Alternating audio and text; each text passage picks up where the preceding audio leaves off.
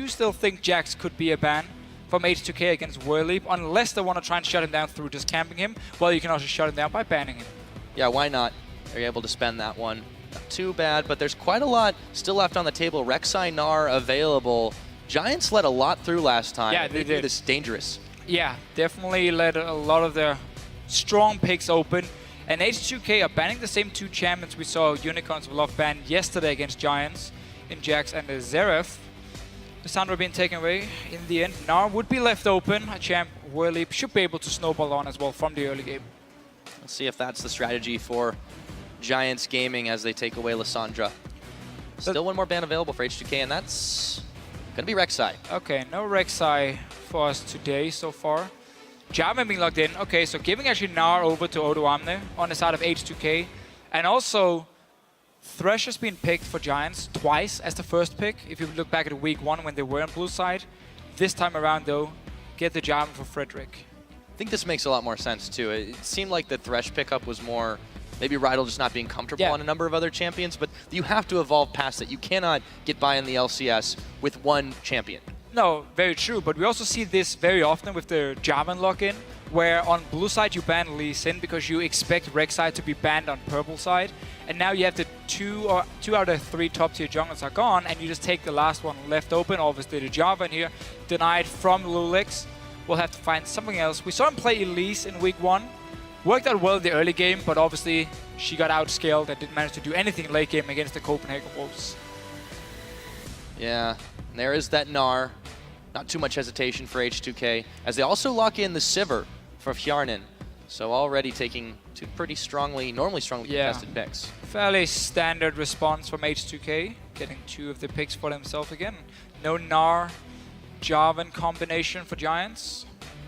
And obviously Sivir, we still see it being, her and Graves are the 2 most picked AD carries here in Very Europe. different reasons, Very though, different too. reasons. I mean, it is your carries typically tend to favor those Graves, whereas Sivir has that ultimately on the hunt to be able to allow quite a lot of chase in, and we've seen it used to really great effect as well. We really see a lot of the AD carries focus on just mid-game spikes. We have Corki, we have Graves, very, very strong early to mid-game, and then obviously you have the Sivir, who is strong all around. Laning phase, she can play safe and just push the wave over and over, and obviously because her ulti is so good in teamfights, it makes her strong in the mid and late game, despite her not really getting too much of a damage boost. Just the utility she brings to the team makes her a good pick. Giants, interested to see if they do, well, they do pick up the Cassiopeia, and that means that they're going to want to try to get this one out to the late game. The Lulu's kind of a pretty big giveaway for that as well, but the question is, do they send it support-wise? Yeah, that's the thing. They also have the Cassiopeia to go top too. All 3 picks so far for Giants are actually flex picks. You can play Jarvan in the top lane. Cassiopeia can be in the mid and obviously top lane as well. And Lulu can be pretty much everywhere except for jungle and AD carry. So for now, Giants haven't actually shown too much, except for the fact you have a Cassiopeia. You know she's going to be a target in the laning phase because you want to shut her down there. You don't want to just sit and stack up her tier, stack up her poison. I wouldn't be surprised to see Whirlleap play it and just have Frederick focus again on camping that top lane to get Whirlleap ahead. Here, makes a lot of sense to see Voidal on the Annie. That Sivir Annie combination has been pretty deadly, as Fnatic proved in week 1, but I'm a little more surprised by the Elise. Well, again, we saw Lulix play Elise in week 1 and just simply camp out of the top lane, get like 4 kills for Odoamne. And what H2K is doing is saying, okay, you have a Cassiopeia, so we know you want to go late game with her. You know you want to reach the 500 stacks. We are going to have a very, very strong mid game instead. We're going to have good laning phase, good ganking potential from Elise, of course, and engage from Annie Sivir combined to start these fights here. So H2K really looking to close this one out, or at least get a big enough lead in the mid game to take the win. Whoever they do face in those lanes, as we mentioned, Giants still don't know. It's kind of crazy to think that they've been in the dark about this one, and hey, this would be a little bit interesting as the clock ticks down. They do lock it in, the Ezreal and the Ahri, so I think that gives a little bit more sense about where we're going here. Yeah, gonna be the Cassiopeia top lane, as we mentioned before here. Another champ for Whirlleap where he can really snowball, especially if he gets the help from Frederick. If Pepinero and Ahri can roam from the mid lane as well to the top lane here, it should be the goal for Giants again.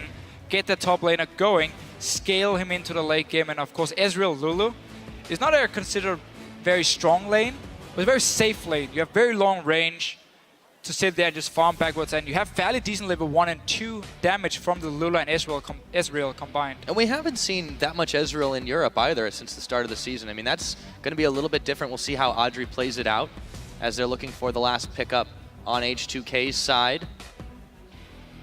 Yeah, I really want to see actually which build we're going to get from Audrey. If he's going to go for blue build, because you do have enough damage from an Ahri and a Cassiopeia together with the Jarvan.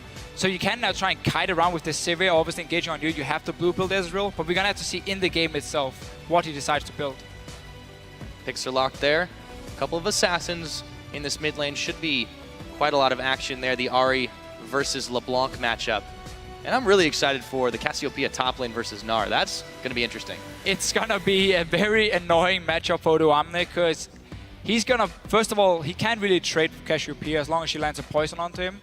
And he knows there's going to be backup for Whirlip in this top lane all the time. Frederick and Pepineo are going to look towards this top lane here, try and get a few kills on Odoamne. So he's going to have to play very, very passive in the laning phase for him.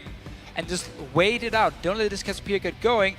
Let Lulix make some plays on the Elise, and suddenly you can now snowball either your LeBlanc, obviously maybe your Sivir can get going, and that's how H2K can just play the early game here, avoid giving Whirlip a lead in the top lane. Yeah, that's always seems to be the way to shut down Giants. And H2K, they have had pretty good control in the early game so far, but this first win that they got, they were able to take it all into the late game. We'll see if they can do that one again. That's the real key, I feel, in this matchup. They don't really want to go too late in this game here because you're against the Cassiopeia, so you want to try and, get a big enough lead in the mid game through LeBlanc. See if they can pull that one off. Now, you've seen the lineups. Tell us who you think is going to win this one. Go ahead and tweet us at LOL Esports using the hashtag GIA win or H2K win, and we'll add that up into the game. Now, crowd, moment of silence to get this one started off. Everything darkens for just a moment, and here we go. Loading up onto the Rift. It is the Giants versus H2K. Now let's see what we get here early on from these two teams. And if Giants want to play around Cassiopeia again, as we have seen before. It is a late game carry champion, just not it's definitely exactly the way that you would think of what Whirlip had done in the past. I think this is definitely going to be more his speed than the Maokai was. Yeah, for sure. I mean, she is a champion who's actually very strong in the laning phase. She doesn't really have any weak points when it comes to a power spike because her tier stacks up very fast. Around 20 minutes, she should be fully stacked. Your poison obviously gives you different power spikes throughout the game 3 times. Her biggest weakness is just lack of mobility. You can gank her in the laning phase, you can catch her out in these team fights, and that's what H2K are looking to do. Also why they picked this Annie-Sivir combination to just flash tippers on the Cassiopeia. And a lot of damage being dealt here early on. Yeah, Audrey's actually finding hard, and here we go. Ryu gonna jump on Pepinero, and whoa! There's a first blood. Pepinero going down, but Lulex is gonna follow. Frederick comes in, and these teams have no bones about the early action. Flash burn by Ryu, poison ticking him down. Auto attack, flash, the heal is used. He stays alive, but they used that summoner spell, flash for heal. And this game just got quite started. Yeah, 2 flashes burned from Giants, but 3 burned on the side of H2K combined also with the heal and offensive summoners from Rio and Voidal here. So a lot of summoners being used, trading 1 for 1, and due to that fight, we barely got to see any walls being placed actually, just around the bottom side river. But this is pretty key here because the first blood was given to Ryu, and he is able to immediately pick up a second Doran's. That's gonna make Pepinero's laning phase really difficult. Especially also because this matchup is it's a skill matchup between Ahri and LeBlanc, but the early game where LeBlanc has the distortion, the mobility advantage, she can really determine when she wants to fight against an Ahri. So Ryu can play very aggressive with this double Doran's ring here. Just gotta dodge around the charm, and he will win the trades. Yeah, Peppy is the one pushing in this early one because Ryu did have to back, and there is a slight level advantage. Nice landing of the charm as well to start this one off. But again, Ryu has that item advantage to start it off. Everything else, standard lanes, both junglers hanging around the bottom side. But I'm curious to see how that affects this later part of the early game. Yeah, so with both junglers starting on the bottom side of the map, they are looking towards the top lane. Could see them both recall, actually go back and upgrade the jungle item, and then get the red buff, potentially look for the very first gank in the top lane. If Whirlip is pushing it, as I expect him to do on Cassiopeia, that could be an opening for Lulex, but he has to care. But be careful about Frederick and the potential counter gank.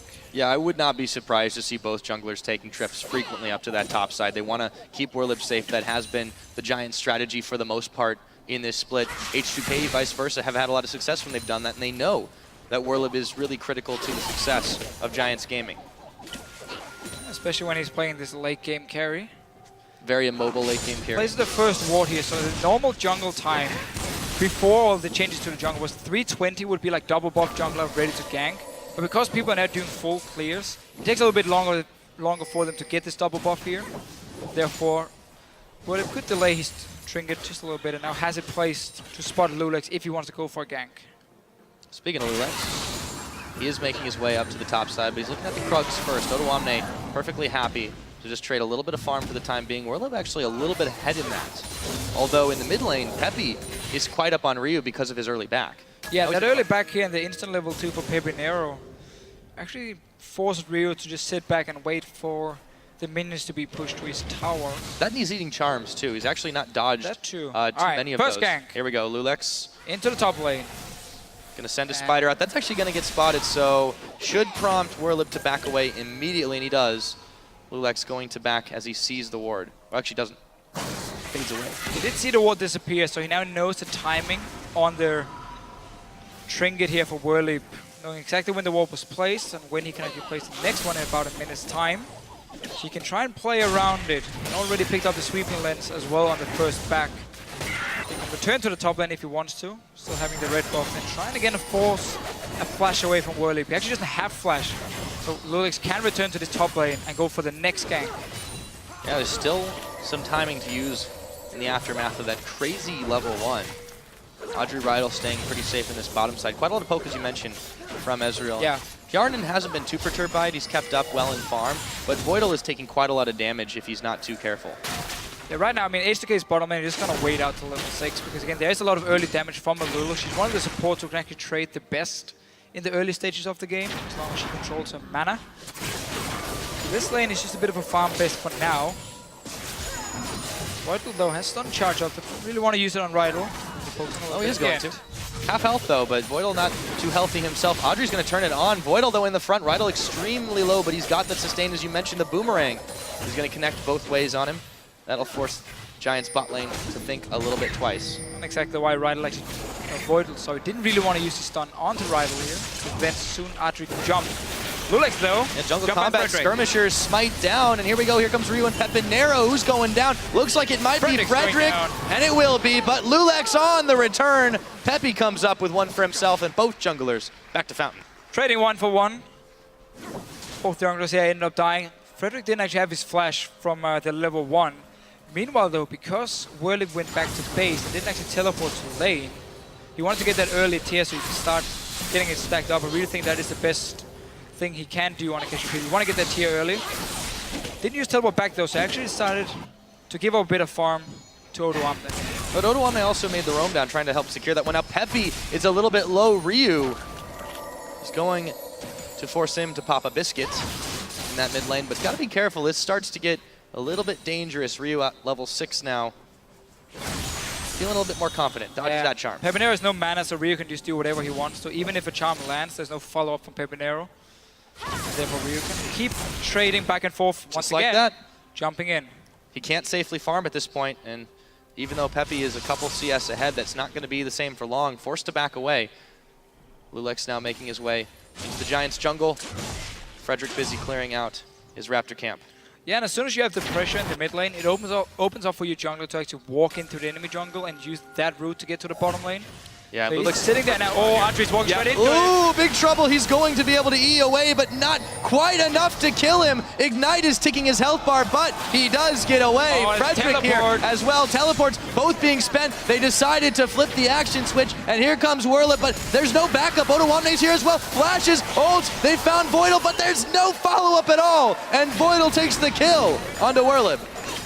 Werlib actually flashed behind two guys from H2K and then only managed to ult onto Voidal here, not exactly the target he wanted to get. He should just cancel his teleport. As soon as the fight was over, cancel it, stay in your lane and just sit and farm. Just stack up your tier, stack up your poison. Don't look for early fights in this casual PA if you don't have to in this situation. One-on-one your laning phase, farm, it's all you have to do, and yet he went aggressive for it and actually ended up losing on it. Yeah, really awkward read there and didn't quite work out for them. Looked like it could have been a great escape, but Werlib steps up and volunteers this tribute, running into 3 members of H2K. It's going to set him back just a little bit as the rest of the lanes settle back into the farm game. 2 of the early kills have gone to Rio. That is massive for H2K. Their mid game is going to be very strong when you have Sivir Annie to start the fights. Now follow up, and of course, you have the LeBlanc who can just assassinate people. It's going to be scary things for H2K, or scary things for Giants in this case, because H2K can really push their lead once they complete the DFG on Rio. Yeah, which is still alive because it's 5.1 for the people who wonder. Yep, just for a little while. Not yet gone. Frederick now going to jump onto Ryu, who will distort his way away. Pushed a little far forward. And Giants really trying to make early plays here. And I feel like that's fine if you're not Werlib. That really was the key mistake there, and we'll see if it does end up burning them. Now, back to lane, Peppy is there. Ryu going to jump forward, find some more damage. Just like that, half his health bar is gone, and Pepinero can't return fire. Just keep dancing around with the distortion. Pepinero would have to blow his ulti to actually follow him if he wanted to. And we haven't seen as much action in this top lane as we expected. One gank from, oh well, I mean, Lewis was up there once and decided to back away, and that was actually it. We haven't seen too much. Flash is still down for Werlib, by the way, after that escapade in the bottom teleport lane. Flash. But Lulex has not made too many trips up there. He's been a little bit more interested in getting his clear on. Has the Chilling Smite, as we mentioned before. A little bit tankier on this Elise now. Yeah, standard build on Elise, you go full tank. Juggernaut coming in as the first item. You can get some magic penetration early if you want some more dueling power.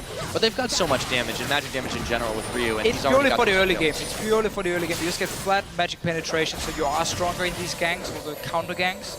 But he has just gone straight for Ruby Crystals into the Juggernaut. He want to get a bit tanky for the first dragon fight. Because again, remember, H2K, they want to fight in this mid game. So having this Elise sitting on a 500 HP bonus from a Juggernaut is a big bonus for them. Pepinero, every time we pan back to him, he's just a little bit low here, and Ryu just finds even more damage. It's not enough, but it was close. Ryu has been the first mid laner to keep Pepinero in lane all the time. Pepinero used to just roam to top lane, roam to bottom lane. No.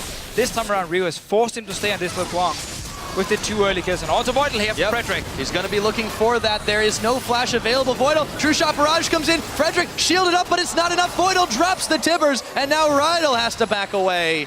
So Frederick coming in, he actually tried to flash EQ for the knock-up onto Voidal. He didn't manage to land it. Instead, he ulted on him, and the Wild Growth from Rydal actually pushed Voidal out of the Cataclysm so he could start walking away a little bit. We also just saw the damage from a level 6 Annie combined with the BF sword on a Sivir. Here's the dive though, Werlib, he's gonna get stunned and stunned again. The smite is down there, trading tower aggro, and Lulex is going to split it off. Otawamne, and he get away with a hair's breadth. That was so well played by Lulex and H2K. Notice how he quickly turned around when he was expecting the ulti to come from Werlib. He just turned around, didn't get stunned, just took the damage and could then go in and finish the kill. Really nice setup here, and predicting the flash, or the ulti, sorry, from Werlib. And they've spread them so thin now. Pepinero misses the charm, eats so much damage. Again, Ryu is just making his life extremely difficult. He's already taken down the tower, and now he needs some help from Rydal. And second game we see now where Giants are in trouble. In the early game, Werlib didn't manage to get going. Frederick didn't manage to find the right ganks, and suddenly they're falling behind, just like they did yesterday against Unicorns of Love. And we do see also Werlib now going Giants build, want to get the Rylai's as his first completed item, and then you get the Archangel after once your tier is fully stacked. H2K in a very comfortable position right now, establishing a bit of vision control, some roams by Voidal to get some of that vision control up, but Giants also trying to make sure that they aren't going to be in the dark when this dragon starts. Yeah, we were looking at Archery and this Ezreal in the champ select and wonder which kind of build he wants to go for. He's going Trinity Force, and then should be into a Blade of the Ring King, a second item, or a BT if you want a bit more poke damage. But Blade of the Ring King seems to be the standard after Trinity Force when you don't go tier on Ezreal. So this is basically to get a mid-game spike for him, where he doesn't have to wait to stack up this tier, which gets stronger and stronger going towards the late game ulti when it gets fully stacked. But he's just going full mid-game, get a Trinity Force, and be able to duel or fight against H2K when you know they're going to be the strongest. Yep, now Pepinero in some more trouble. Ryu's going to find him, and the damage. Thank you, DFG. Once more, the DFG comes in handy. That's going to prompt a Dragon start for H2K. They're going to try to grab it all and more. Dragon going down to about half health here, and there is no response from Rydell and Adri, although the true shot barrage was not quite enough. A little early, and Lulex smites it down. And the thing is here again about Rio in this mid lane. Everyone says he's really good one-on-one. Like when you talk to the mid laners in Europe, they're like, yeah, Rio is very good one-on-one, great mechanics, but he's just not really working with his team. This game and the game yesterday, he got a great start in the laning phase, and he's really using it just to snowball it completely. And now he's roaming a little bit. This tower is gone. Whirlip has to run out, but look at that health bar is so low, he flashes away. That time, the flash actually ensures his survival, but H2K grabs a turret down on bottom. They're just grabbing everything where they can. Yeah, and Frederick, because he can't really follow all these quick rotations from H2K, decided to pick up a second pair of boots, see if he gets a bit of extra mobility. Sadly for him, the game doesn't work that way. That's a little too bad, you realized, just a little bit after that. But Ryu has been magnificent in this mid lane, and he was underperforming a little bit last week. Started to step up a little bit more, but against Peppy, you're right. He's kept him in check. He's been 2-3 steps ahead. And on this LeBlanc, he's made it very clear. Well, I can't even talk about that because Adri is in a little bit of trouble himself, actually going to burn both of his summoners to try to escape, and he should be able to walk it out from the Tibbers. But back to Ryu. This is why DFG is getting removed. Well, this is at least the first week we actually see Ryu in Europe perform well. Because when Rocket at IM Cologne, it didn't work out for him. Millennium obviously failed to even qualify to the expansion tournament where they actually lost to Giants, funny enough, in that game 2-1. And a game where Pepinero outplayed Ryu in the mid lane in the wins for Giants. Well, now he's getting some revenge while they're both in the LCS. In the expansion tournament as well. H2K, Giants faced off. We all know how that one ended. A couple of times, as a matter of fact. And it's starting to look a little bit more that way again. 5,000 gold or so ahead for H2K at 15 minutes in. I mean, H2K in the expansion tournament was 3-0 against Giants. It was very one-sided games. And every single one of the games, Whirlip actually got destroyed one-on-one against Odoamne, or well, we can say 2v1 in this situation because there's been quite a few ganks on him. But he went from having like a 6 KDA against Recent Gaming to drop down like under 1 KDA against H2K in the final of the expansion tournament. So they really know how to play against Giants. They know everything about them. They've faced them so many times, and they're showing it here. Very aggressive early plays, picking a comp that can punish them in the mid game and can engage onto Giants. Well, and the communication is quite well too. A lot of people wondered when Ryu joined the team how that would exactly work out. Of course, Prawley was mentioning that in the interview, that it's not really as much of an issue and they just kind of mind meld together. But they're really showing a lot of togetherness, and you know, as a replacement for Favibin, it seems like Ryu is starting to come into his own, working out quite well in this game. Yeah, definitely looking better for him. See if he can keep assassinating people. H2K now split up in a 1-3-1 because they're so strong on every single member here. You can just put the LeBlanc down in a one-on-one in the bottom lane, and she should be able to either force someone to go back or kill them and then take the tower. So H2K here just trying to spread out Giants and keep getting these one-on-one and 2v2 fights. They have spread him pretty thin, and they're not even really worried about Whirlib at this point because he's been set so far behind that by the time that late-game Cassiopeia becomes even close to an issue, at this rate they'll have knocked down all the inhibitors. Yeah, we're going to have to see how Whirlib can even play the team fights, because you know VODS is going to have a Tibbers ready for him every single time. And then Ryu can follow in with DFG and just pop him. Yeah, and there's not as much peel too. I mean, this is the thing. You've got the Lulu Wild Growth, and that's about it, really, to try to keep someone alive here. And here we go, Lulex getting a little bit far forward. Pepinero trying for the charm, not quite connecting. Teleport coming from Odoamne. A big Tibbers is going to connect at Pepinero's health bar. So low, and Frederick now can't quite flash the wall. He's going down to Odoamne. It could have been worse, but still, H2K leading the charge on this tower as the teleport comes in from Whirlip. What was he doing? Ryu with another kill, and that'll be a tower too. H2K is simply outplaying Giants in terms of just the mechanical play here. Notice again how Lulex, he dodges the charm, and then instantly 3-man tables from Voidal. H2K wins another fight, even get a kill on Whirlip. His teleports have been awful this game. That was the second time I was about to say that Whirlip is teleported in with no backup whatsoever. Really questionable decision making from him. And that is going to be H2K picking up even more of a lead in this game as they head back to mid to clear some waves out. Yeah, we're not even hitting 2 items yet for any of the guys on H2K. Morello Nomicon coming in for Ryu, obviously. We need a second item on Yarnan here. He just sit on a long sword, so it could be a Ghost Blade simply to really snowball again this mid game here to get that 6-second power spike and more mobility as well to dodge around the Ari Charm, dodge around the poison from a Cassiopeia, because she needs to land it for it to really do damage. If you fire one Twin Fang and you have no poison on the target, you suddenly have such a long cooldown on it that you lose all your DPS. Giants now trying to grab a little bit more control back over by this Dragon Pit. It's due up in about 30 seconds.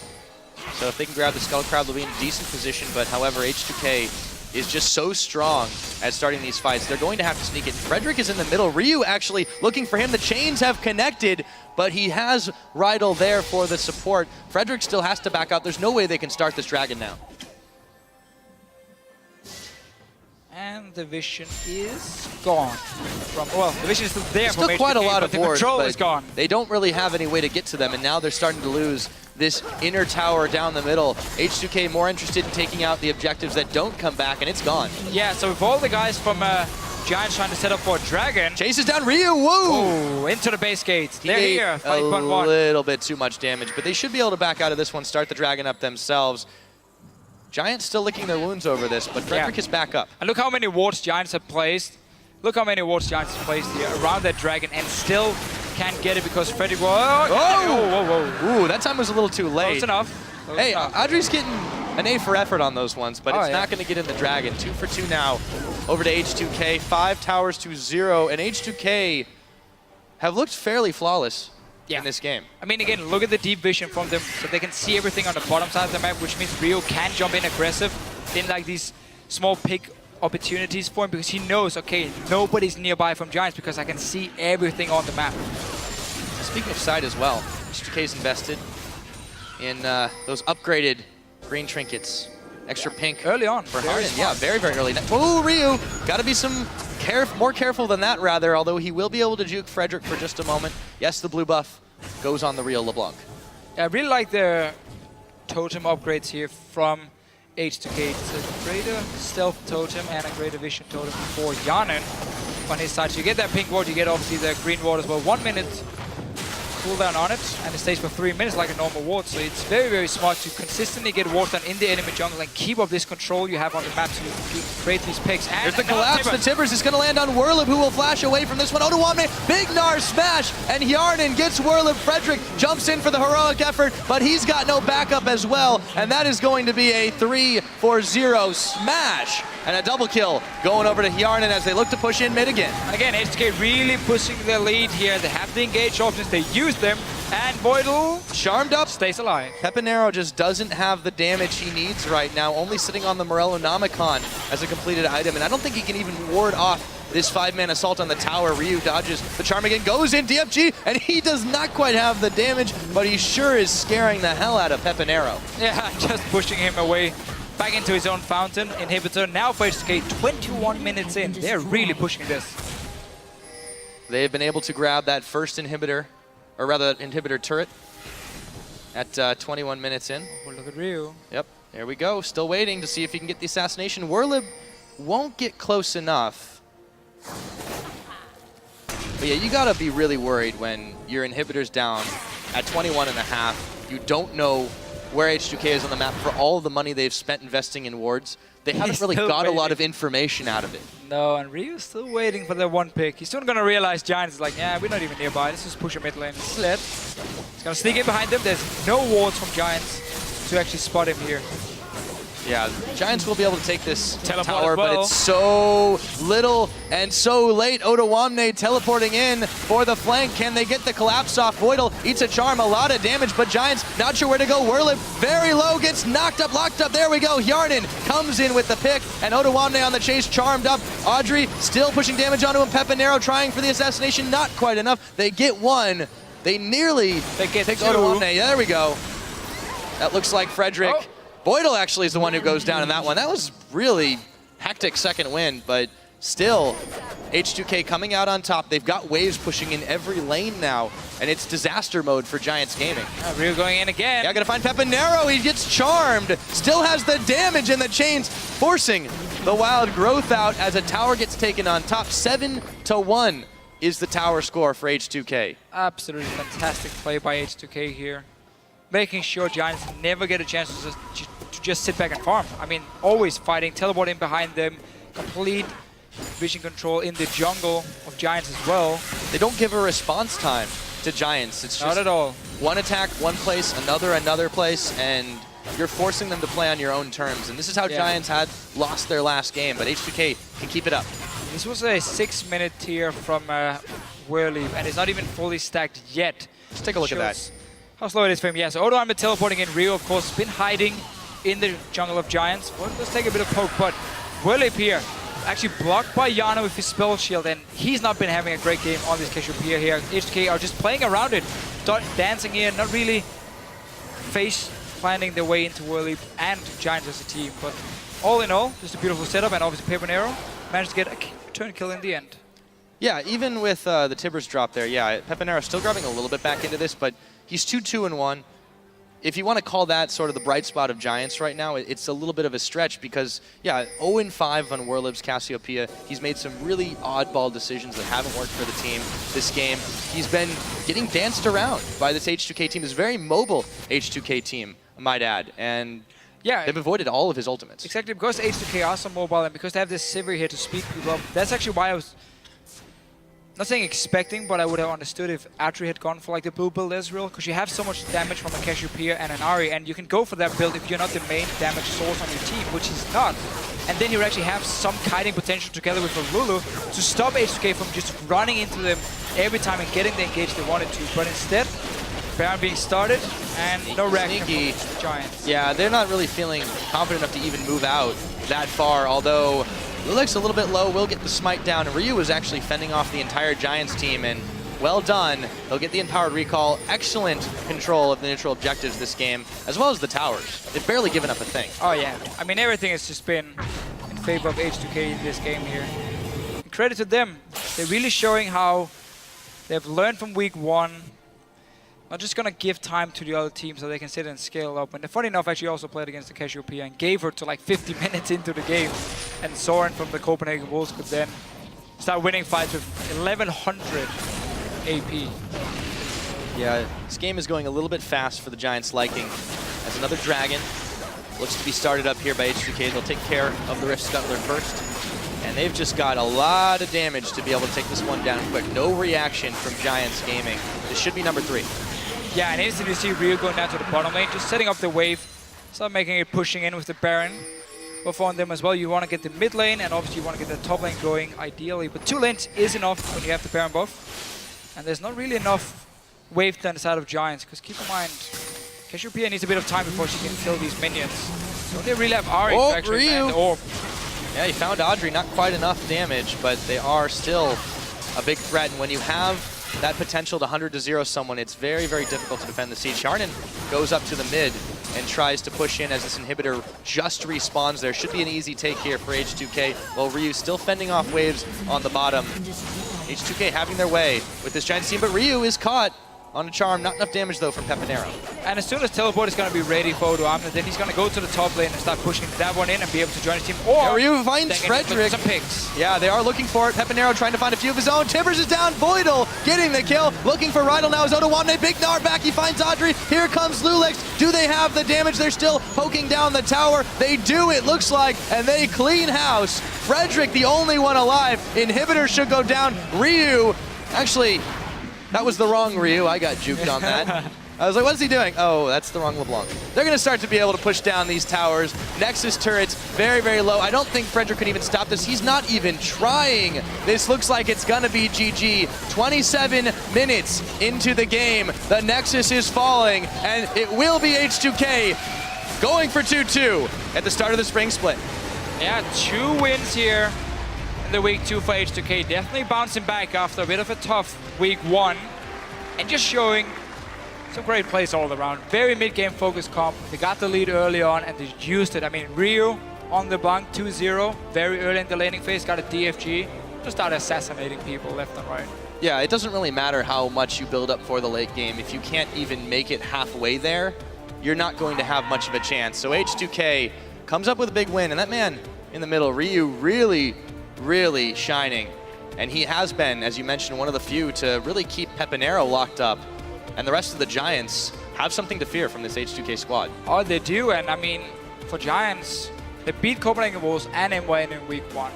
Now lost obviously to Unicorns and Love and H2K, so haven't even faced the top dogs yet.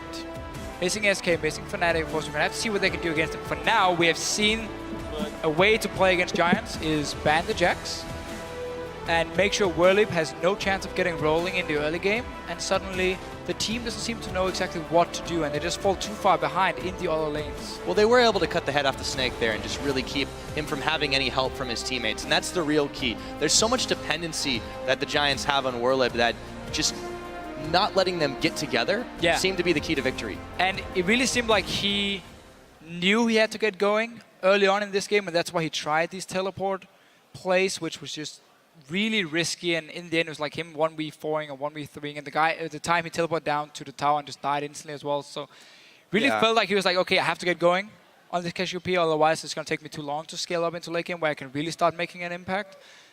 In the end though, H2K were ready for everything, 27 minutes into the game, and Nexus is dead.